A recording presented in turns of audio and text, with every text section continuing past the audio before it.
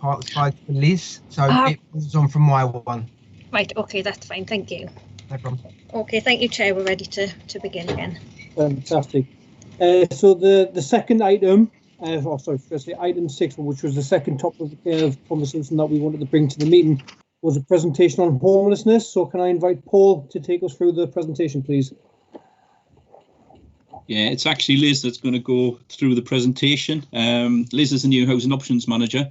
We're going to go through the story of when we started with COVID and homelessness and what the impact was, what we actually did, what funding we got through, and what we're using the funding for, how customers can actually access, and then look at, and I think it's a key thing for members in relation to what we're going to do over the winter and what the winter plan is and what the government have talked about, as well as what they intend to do for rough sleepers.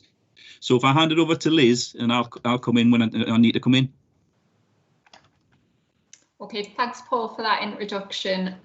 So as Paul's just shared with you, I'm going to be running through how the pandemic has impacted on the delivery of the homelessness service and how we've continued to support those people in housing need. But yeah, that's fantastic, thank you. So just to begin with, I thought it was useful to give you some context to the service and how the numbers this year compare to last year. So we're looking at the same period from March, when the pandemic started this year, through to November, and we're applying the same months to last year's figures as well. So what you'll notice in terms of the total number of people who've presented as homeless and requested an assessment, this year is actually quite lower compared to last year at 1,165, compared to just over 1,300 in 2019. However, when you then look at the number of presentations who are homeless and are experiencing domestic abuse, those numbers are quite static. So 55 for this year compared to 52 last year.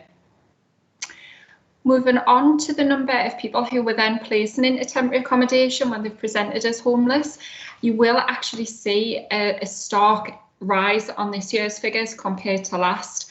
So this year we've placed so far from March to November 227 individuals into accommodation, 75 of which have been into dispersed units owned by the council, with a further 152 placements into bed and breakfast.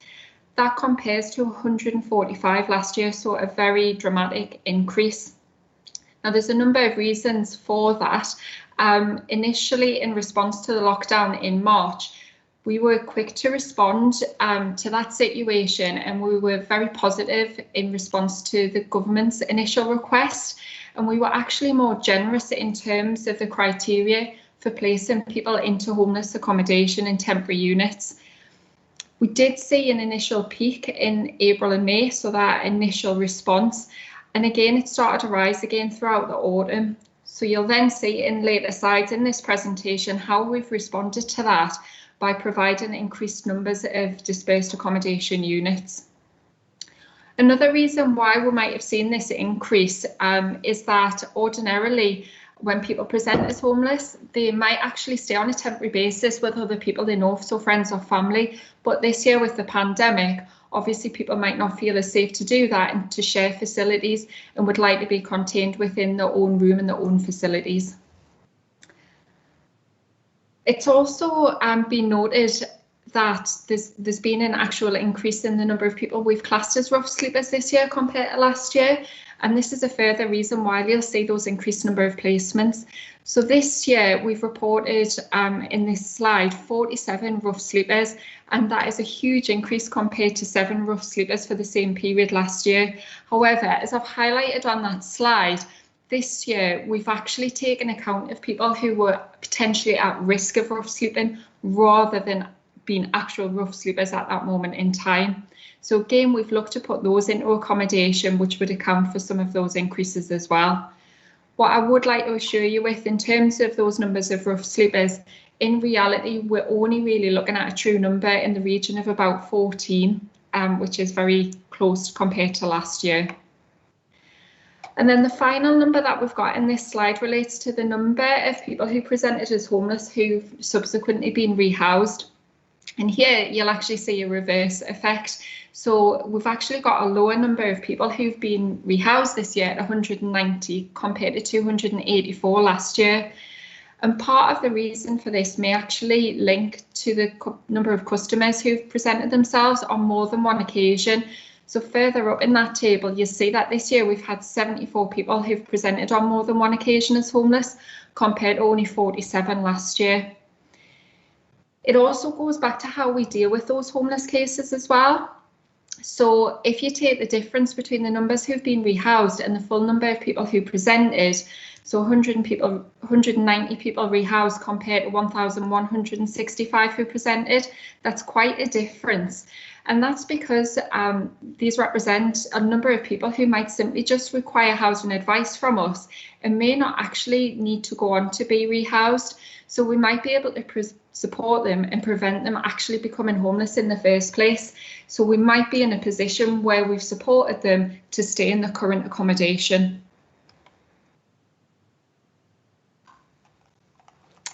Next, going to just run you through some of the funding that we've got in place in order to support the people who present to us as homeless.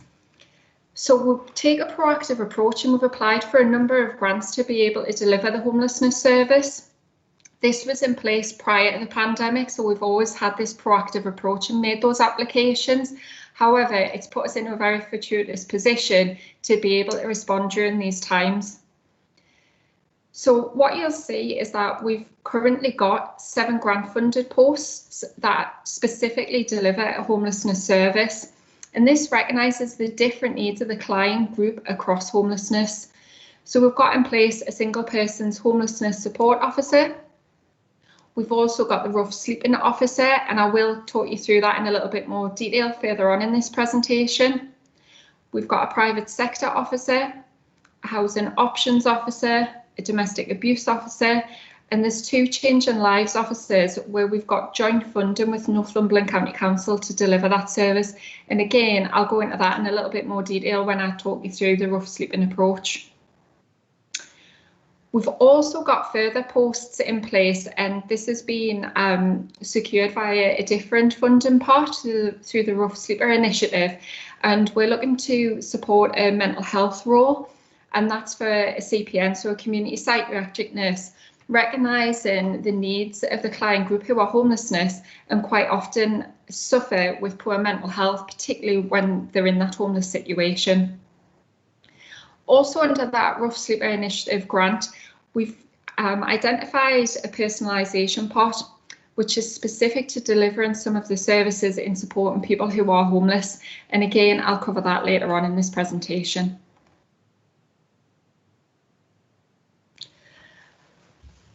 There's further funding that we've also applied for that goes beyond supporting posts. So we've also applied for a homeless prevention grant. That's actually been in place for the last few years, and that was in response to the change in legislation with the Homeless Reduction Act. So we look to use that homeless prevention grant for a range of things, and most significantly to prevent homelessness. So we might use that, for example, to pay for rent arrears to help support somebody to remain in the current tenancy. Similarly, for homeowners, we could look at any mortgage arrears. We could also look to secure accommodation for somebody who's homeless by looking to pay a rent deposit, or for somebody who might be in a position to return home, we could pay for transport using this grant funding. We've also made applications via the Next Steps Accommodation programme, and really pleased to advise you that we've been awarded £32,000 already in terms of revenue, and that fund has been used to support rough sleepers in emergency accommodation. Under this same grant, we've made a further application for some capital funding, and that's with the intention to purchase for further units of accommodation, along with commissioning a support service, and that will be for those most entrenched rough sleepers. We've also looked at specific funding relating to this pandemic, and there is the Everyone In initiative, and we've made an application for that and successfully secured £6,000 for that. and that helps again with providing that temporary accommodation. So just going back to those original figures that I shared with you, this year we've seen an increase to 227 placements this year compared to 145 last year, so that funding's come in really significantly to support that. We're also going to be submitting a further application in terms of a cold weather fund that will be available and opening soon. Just today, we've had announced about a potential award of a further £30,000 via the North of Tyne partnership in terms of supporting Homeless Veterans Fund. We'll obviously continue to keep exploring the market in terms of any grants and funds that are available. We'll be continuing with that proactive approach, and we'll be continuing to make those applications to ensure we can continue to deliver these services going forward.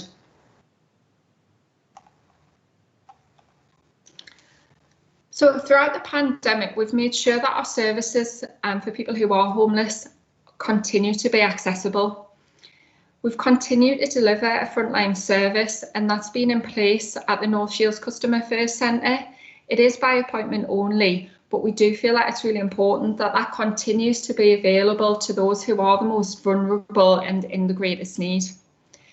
We're also really pleased to share with you that we've recently introduced a free phone number, an 0800 number. And for those of you who might have seen the press today, that was just in the Chronicle this evening, and was a real success in terms of making sure that vulnerable people are able to get in touch with us when they need us most. We continue to operate the service 24 hours a day so that it is available out of hours, and that's throughout the year, including weekends and holidays. We also have a dedicated email address for people who are homeless or people who would like to refer people in to the homeless service, and that includes some of our partner agents. And those referrals continue to come from a various number of agencies. So that could include, for example, probation, prisons, social care, charities, etc. So I'm now going to just look at the range of accommodation that we provide to those most in need. So as you'll note again from earlier in the presentation, we've seen increased numbers in terms of those placements, and that we have been very lenient in our approach to assessing cases this year and making those placements upon presentation. So in response to that, gradually throughout the pandemic, we've seen the number of units of dispersed accommodation owned by the authority increase from 29 units to 37, and that's something we'll continuously review when it's most needed. I've noted there about the SWEP arrangements, which is during the winter planning season, and I will be covering that in later slides. I also touched on, in terms of the funding, that we have made applications through the Next Steps Accommodation programme, and through that we're hoping to again be able to secure further accommodation going forward. So in terms of best practice, this is in place both now but prior to the pandemic as well. There are some things that we have introduced in response, but a lot of these things have been a continuation of things that we already had in place to support customers. So we do regular briefings with the team, they're daily, but we do recognise obviously we are delivering services very differently now during the pandemic. So that means that not only do we have daily touch points with the team where we can update them on any changes or any changes in legislation from the government, but we also have a focused weekly team meeting as well. The team stay in regular contact, and we use the technology to the best of our ability to do that.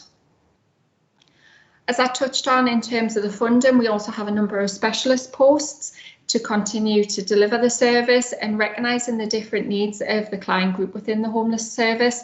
So that ranges from single people, including rough sleepers. And again, as I said, I'll touch on that a little bit later. What is really important is that for all of the presentations, so every person that presents to us as homeless, we will do an assessment and do a personal housing plan for every single one of those individuals. As part of that, we'll take a person-centred approach. So that means that we're tailoring it to the needs of those individuals to look at what they specifically need in their situation. We'll also look to utilise the personalisation pot through our funding streams.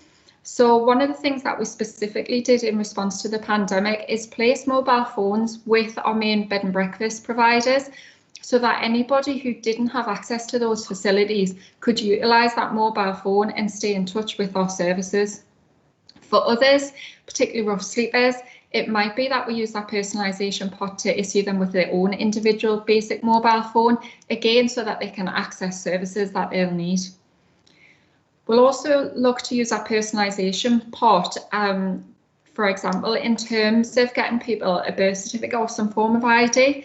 Really important in terms of not only being able to access housing, but as you'll see, to be able to set up bank accounts, for example, and we'll use that funding in terms of supporting them with that.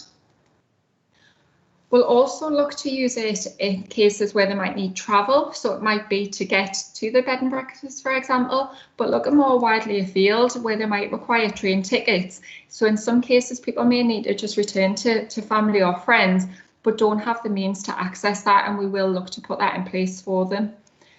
As I mentioned earlier, we might also use it to pay any rent deposits to secure accommodation, and we can even look to use it in terms of paying for boarding kennels. So many bed and breakfast and temporary accommodation won't take people who have pets, and we recognise that this can be a barrier for some people who are homeless and are rough sleepers and may have a dog, for example. So it's a really important fund to be able to ensure that we're able to put all in place that they need. During the pandemic, we've also introduced wellness packs. So from the very start, we issued wipes, hand sanitizer, tissues, etc.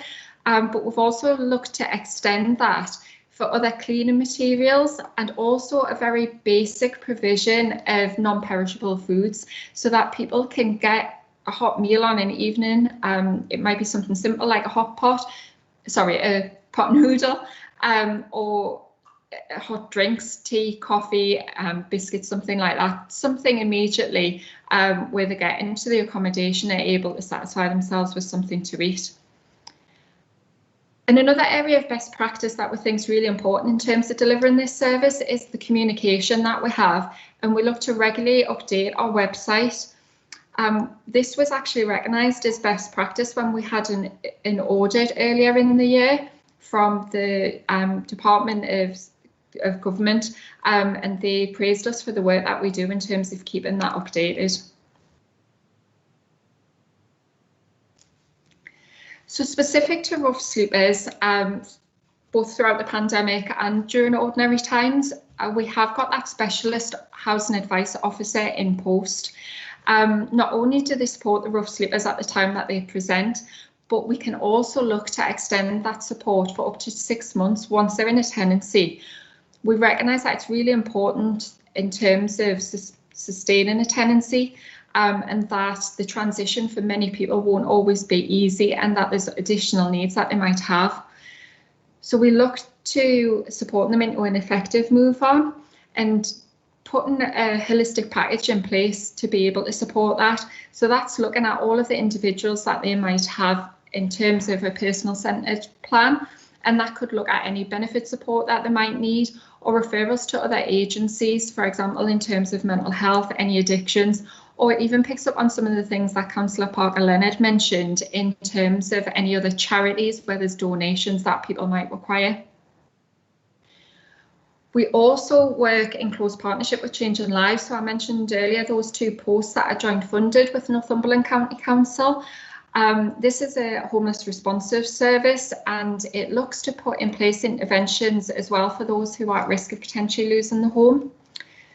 This service will also provide outreach support to rough sleepers, and significantly the Changing Lives team will notify North Tyneside of people who might be reluctant to approach us directly. For example, they might have a fear of authorities, and refer those rough sleepers onto us so that we can provide temporary accommodation and then work with them in terms of getting an effective move on. The Changing Lives teams are also proactive, and that they'll also do some morning searches and they'll do some sweeps, as well as taking referrals from the community, for example, to notify of any rough sleepers.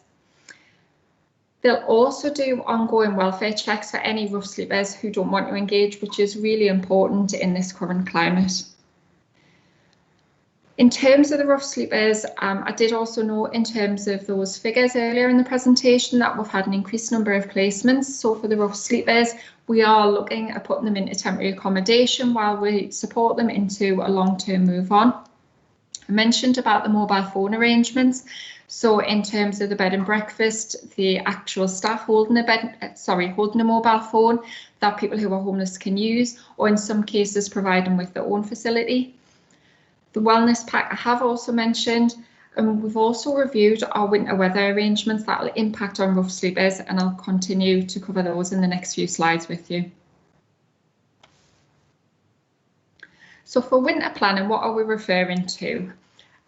You'll note that there's no legal protections or statutory duties to provide shelter in severe weather, which I'm sure might surprise many of you. There's no strict definition either of what constitutes severe weather. However, some of the conditions that we're looking at and where we're particularly supporting people during this time is particularly when there's a period of cold, excessive rain, high winds, where there's the wind chill factor, snow, etc. And we ultimately look at any condition where there's a weather warning in place for the North Tyneside area. What I will considering as part of this protocol, you'll note that it's in place now, so it is in place throughout the winter months, and that commences from the 1st of November through the 31st of March, regardless of what the weather conditions are on those given periods of time. We will also look to monitor daily what those conditions are looking like, in particular with a focus on the temperature, and we look at what it feels like, not just what it's actually forecasted to be, because we recognise the impact that will have on people who are rough sleeping. The reason we have this in place is to ensure that people aren't at risk of dying on the street and that nobody actually does die on the streets. And it's to ensure that people who are rough sleeping have the opportunity to access shelter during this severe weather. As I've already mentioned, we make every effort to engage with those individuals who either have been or are currently rough sleeping, and we particularly utilise the services offered by Changing Lives in terms of that engagement.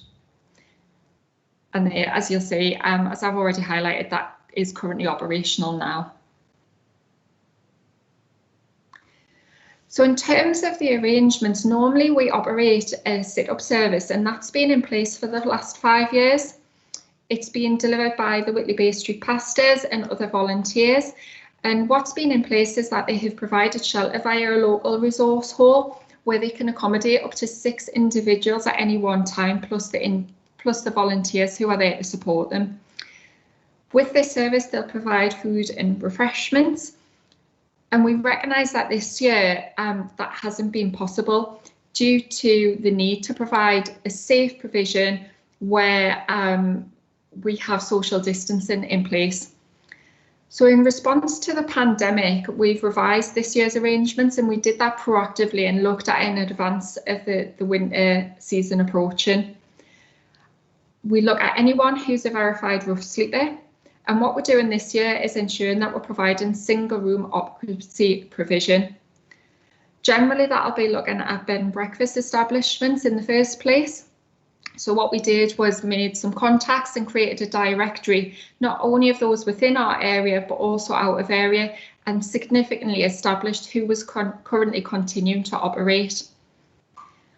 Again, just as a reminder, this year, those mobile phones and the wellness packs are particularly important, particularly given that the sit-up service would normally provide the food and refreshments upon presentation.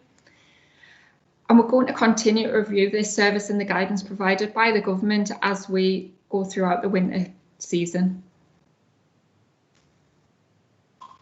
And finally, just to share with you, I thought it would be useful to give you the contacts should you have anybody contact you with concerns about somebody who might be homeless, or if they contact you directly asking for support and advice. So as a reminder, we continue to deliver that face-to-face service via our customer service centre in North Shields.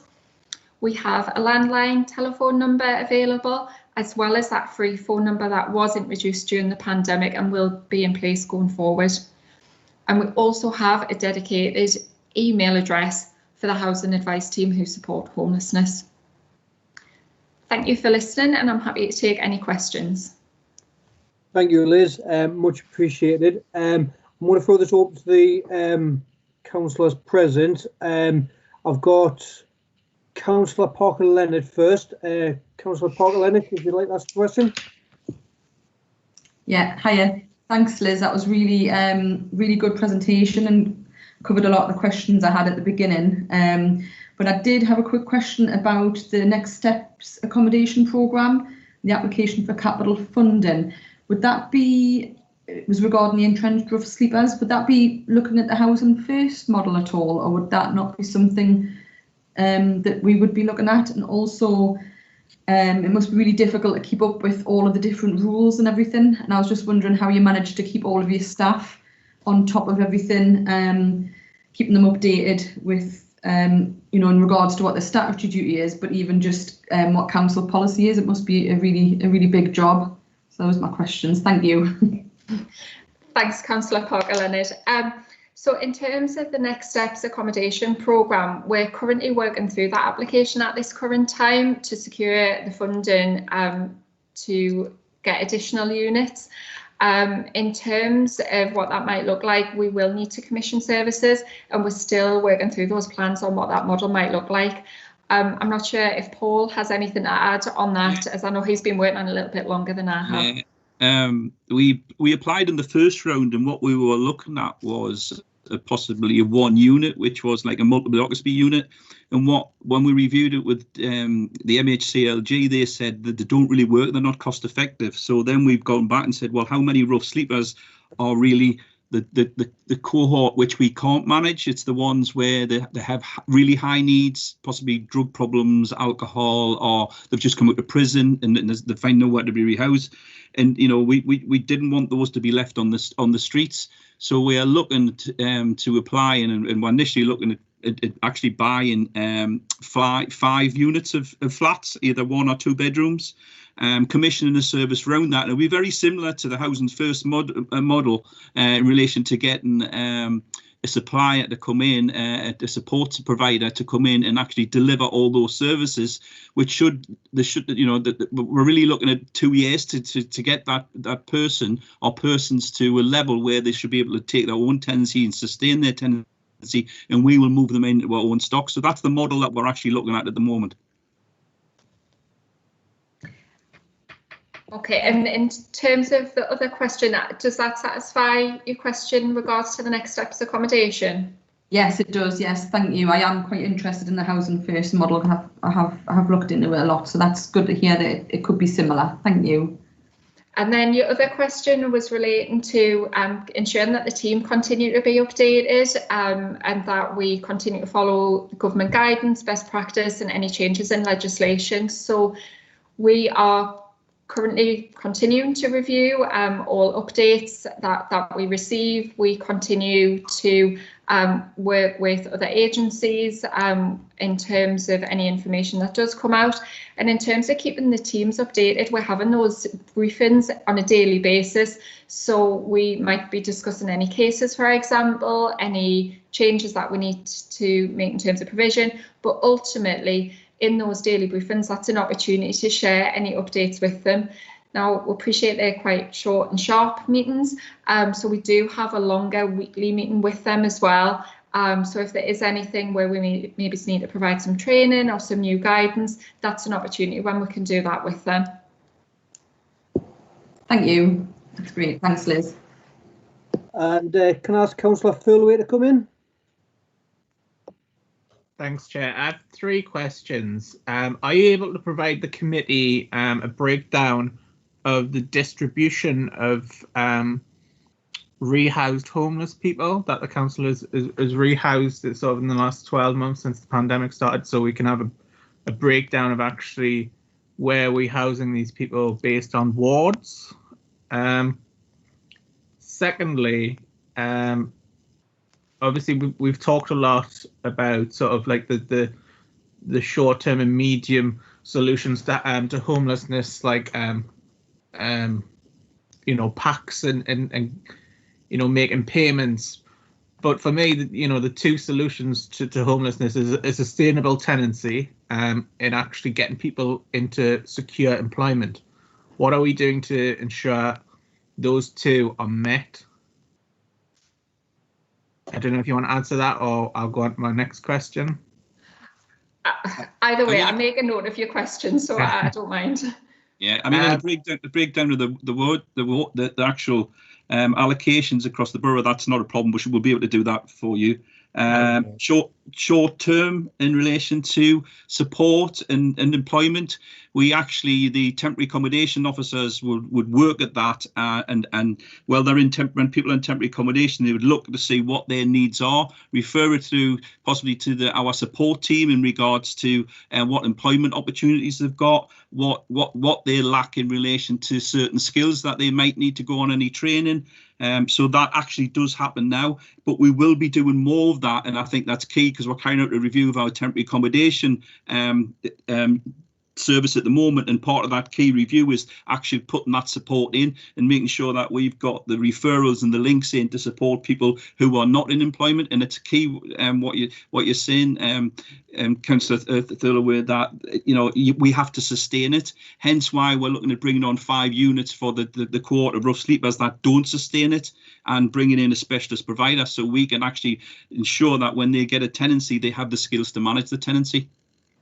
Yeah, I think one of the problems is not necessarily in hindsight, but in an attempt to deal with homelessness, you give people stuff as opposed to sort of teaching them how to maintain a tenancy, how to find employment, how to maintain those things. And I think those are life skills that everyone needs. And I think a lot of these people who are homeless don't have those skills for whatever reason. So I think it's actually really important that we provide that support, not just for the homeless people, but also to ensure that they don't become homeless again, and we don't have that problem just rearing its head over and over again, and that sort of cycle of homelessness and poverty. Yeah. You're right that people do represent, and that is a reflection of what you're saying in terms of some of the complexities around their situation. It's something that, as Paul's already alluded to, that we will continue to be reviewing and looking to develop further. But at this current time, that's where some of those specialist roles really come into place. So as I mentioned in the presentation, we've got that housing advice officer who focuses, for example, on the rough sleepers. And not only will she give them that support whilst they're homeless, but continue with that for up to 6 months once they're in accommodation. Because you're right, once people are in accommodation, there's a lot for them to manage and a lot to deal with, and ongoing education with them as well. So that can range from supporting them with the benefits. It could be some signposting and getting them on any courses or education. It could be a range of things that they put in place, and that's where the person-centred plan really comes in, that it is tailored to those individuals. So we look at those individual needs. So it might be that they need additional support, for example, in terms of any addictions, mental health or anything like that, but it's certainly a journey that we'll continue to be on. That's great, thanks.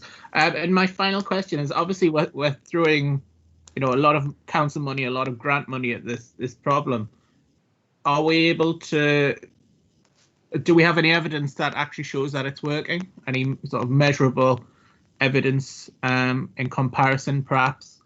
I appreciate that this is obviously a very small cohort of people, so it's quite difficult to actually show, any real change. But are we seeing any sort of evidence that actually it is improving? I'm going to ask Paul that one. I'm sorry, because I'm just new in post, so I've only been here a very short time. That's no problem. Yeah. Well, yeah, because about 2 years ago, before we got the main bulk of the funding from the Homeless Reduction Act, we didn't have single person homeless officers. We didn't have rough sleeper officers. We didn't have private sector officers. So, we are providing so much more support to somebody who's a rough sleeper, because in the past we didn't really engage that well with them because they were really difficult to engage with. The funding's been secured in relation to Changing Lives, who will work with the rough sleeper to secure them a benefit, secure them food, look at employment. And I think probably it's just starting to come through now, Councillor Thirlway, in relation to seeing that starting to get a bit more sustainment, a bit more trust in officers, because there's the support there, and we've got the resources and the capacity to do that work. I think we'll see that the fruits of our labours in the next year or so, because one of the things I'm determined to do is not to see any more people rough sleeping in North Tyneside, and that's not an easy thing, because we know there's people who we approach in North Tyneside who don't want to go into temporary accommodation. We've offered, and I'm sure some of the members have actually seen those people, but I assure you that every rough sleeper, we actually approach them and try and work with them to sustain accommodation for them. So yes, it is working. With sustainment in regards to homelessness is working, because we've got more work when we feed them through into the neighbourhood team, because we've got the tenancy support officers in there who will work with the rough sleeping officer, the single persons officer, and so that enables that sustainment, and we've got a high level of sustainment. But I think we'll start to see further fruits of the hard work in the coming year. Right, that's great. It's probably also worth pointing out to probably newer members of the committee. I remember, I think it was the last report we received on homelessness, where the council actually tried to do a survey of homelessness in the borough, and the council couldn't find anyone who was rough sleeping. Yeah. And obviously, I think it was acknowledged at the meeting by the officers that actually this is not a true reflection of the problem in North Tyneside. And I think the pandemic has shown that actually we do have a problem with homelessness. And I think it's actually, we can really turn this on its head and actually make it a really good thing. We can identify these people and help them. Yeah, we know there's only from what we know, and we do a lot of work with the police, and we do a lot of work with Changing Lives and the team. We know that's 3 rough sleepers in North Tyneside who we're actually currently working with at the moment. One of them is not really engaging with them. They don't want to go into temporary accommodation. Yeah. Another one is linked in with Northumberland. So we're working with Northumberland to get them rehoused. And so we're working with these 3 rough sleepers because we want to put them in temporary accommodation, secure them accommodation, which might not be in North Tyneside, it might be somewhere else. And we know we've got, I believe, 3 in temporary accommodation where it could be easy for us. And I think this is what's important to come on from what you just asked, is it'd be easy for us just to give them a tenancy. Well, that tenancy will not work. Exactly. It'll not work for them because it'll fail. It'll also fail for the neighbours around them and everybody else. So we're currently looking at those 3 people, and that's where we link in with the Next Steps accommodation funds to try and secure accommodation with the wraparound support, like like a Housing First model, to make sure we can sustain them and give them that support. Yeah, I think that's really important, because if you do give someone a property, you're setting them up to fail. Yeah. If you don't teach them, you don't sort of educate them about actually how to sustain that and give them the skills, you're setting them up to fail. Absolutely. Great. Thank you. Thanks, Chair. Fantastic. Before we move on, I just want to say, does anybody else have any other questions they would like to ask? No. Well, I was going to say there's just one for myself, and this is on a section which is generally, I wouldn't say overlooked, but due to the complex nature is very difficult to get actual figures on. And this is around how the pandemic's affected what we would call hidden homeless. So like your sofa surfers, people who live in overcrowded property. Do we have any information on how how the pandemic has affected those type of homelessness and what support we've been able to give? I think you could see that in Liz's first slide. I don't know if Liz wants to come in on this and on the numbers, where we say there was 47 rough sleepers when technically there wasn't. There's about 14, but they were repeat as well. The others are those people who were sofa surfing, because we found out there were a lot of people sofa surfing, and when COVID came in and people said you can't share with homes, especially people who are transient and have so much risk, and people were frightened of the risk of catching COVID, a lot of people were asked to leave. What we did was we actually picked those up, and we placed them straight into temporary accommodation. On normal circumstances without COVID, a lot of them would be non-priority, so we would only give advice and assistance in relation to that. But we've picked them up and placed them into B&B and worked with them. And in fact, just off the top of my head, I know we work with Councillor Cox in relation to we've rehoused 3. We put into our own tenancies through direct lets instead of them, because we wanted to sustain them instead of them going back on the street, but they couldn't go in. So rehoused them. We've placed some people in support accommodation. So we know fine that those people who were non-priority, who may not have been rough sleepers, but they were hidden rough sleeping because they were sofa surfing and they were living with friends, they were living with family who no longer could accommodate it. We've picked them up and put in temporary accommodation. We've worked with them to secure accommodation, and that's, going around the policy and looking at, should we just direct let them, which we have. So we've allocated homes to people who, probably wouldn't get one normally on the housing register, but would have ended up rough sleeping. So we've done that through COVID. And we've got some others, which I was talking about before, who we don't want to do that, because we know fine that if we do, the tenancy will fail.